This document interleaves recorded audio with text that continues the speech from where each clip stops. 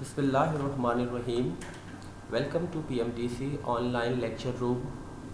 میرا نام associate professor Shahzad Khan ہے اور آج کا ہمارا موضوع ہے نظم شہر آشوب، جو کہ ہم سال اول کے نصاب میں شامل ہے اور جس کے شاعر ہیں نذیر اکبر آبادی۔ نذیر اکبر آبادی جو کہ عوامی شاعر کہلاتے ہیں۔ دراصل نذیر کی شاعری محض تخیل کی شاعری نہیں ہے، بلکہ انہوں نے جو کچھ دیکھا وہی اپنی شاعری کا موضوع بنایا۔ انہوں نے ایک طرف اپنی شاعری میں دلی کے میلوں ٹھیلوں، تفریحات، کھیل تماشوں اور مذہبی تقاریب کو اپنی شاعری کا موضوع بنایا، تو دوسری طرف اخلاقی مضامین اور تصوف پر بھی قلم اٹھایا۔ ان کی شاعری میں عوامی مسائل اور عوامی خیالات کی ترجمانی ملتی ہے، اس لیے انہیں عوامی شاعر کہا جاتا ہے۔ عزیز طلبہ، یہ ایک بہت اہم سوال تھا جو اکثر سال اول کے پرچہ میں آتا ہے کہ نذیر اکبر آبادی کو عوامی شاعر کیوں کہا جاتا ہے۔ تو یہ اس سوال کا جواب بھی تھا اور میں نے آپ کو ایک مختصر تعارف بھی کروا دیا۔ عزیز طلبہ، اب ہم نظم کے معنی جانتے ہیں کہ نظم کے معنی کیا ہے۔ تو نظم کے لفظی معنی ہے پرونا، جیسے موتی لڑی میں پرونا۔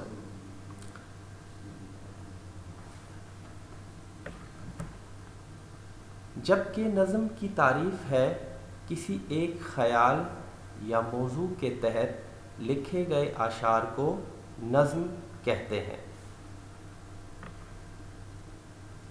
اب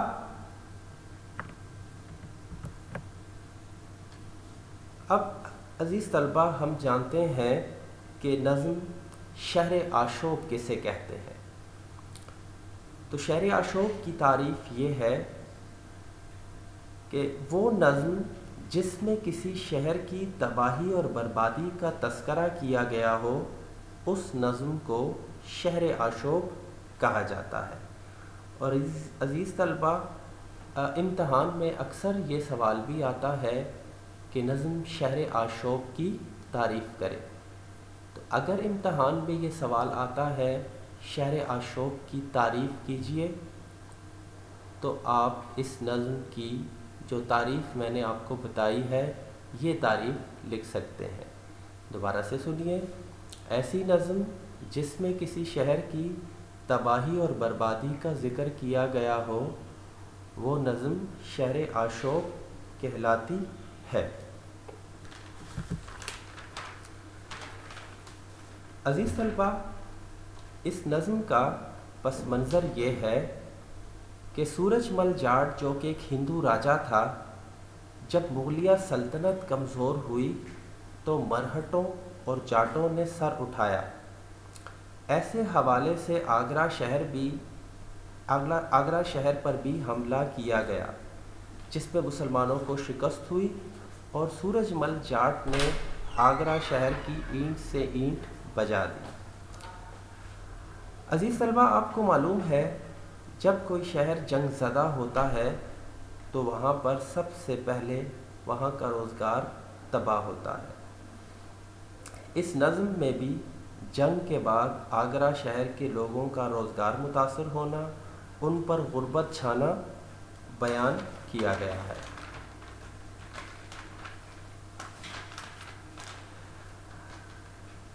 عزیز طلبہ، اس نظم کا مرکزی خیال بتاتا چلوں کہ آگرہ جو کبھی ایک خوشحال شہر ہوا کرتا تھا، جاٹوں اور مرہٹوں کے آئے روز کے حملوں نے اس شہر کو اجاڑ کے رکھ دیا۔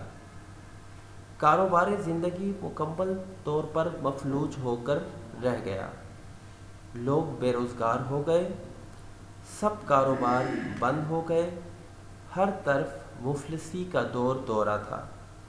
غریب غربا تو ایک طرف، صاحب حیثیت لوگ بھی قرض اور ادھار مانگنے پر مجبور ہو گئے۔ آخر میں شاعر نے اللہ تعالیٰ سے حالات کی بہتری کی استدا کی ہے۔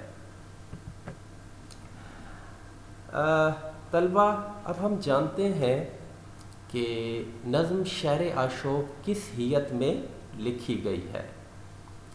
تو ہمارے نصاب میں شامل نظم شعر عاشوق مخمس ترکیب بند کی حیت میں لکھی گئی ہے۔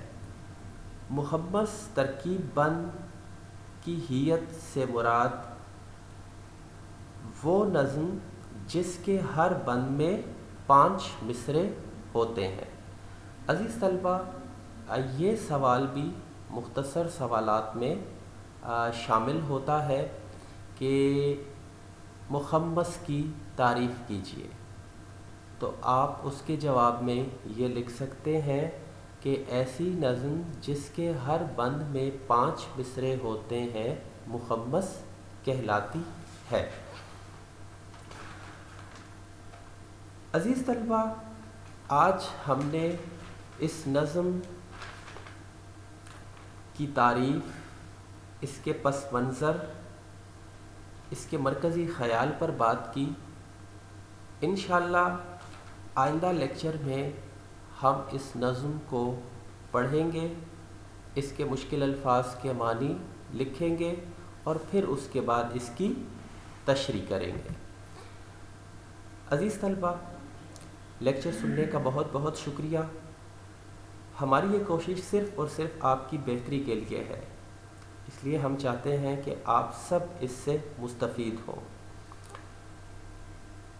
ان تمام باتوں کو مد نظر رکھتے ہوئے اس لیکچر میں سے 5 موروثی سوالات بنائیں اور اس کا خلاصہ بھی تحریر کریں۔ شکریہ۔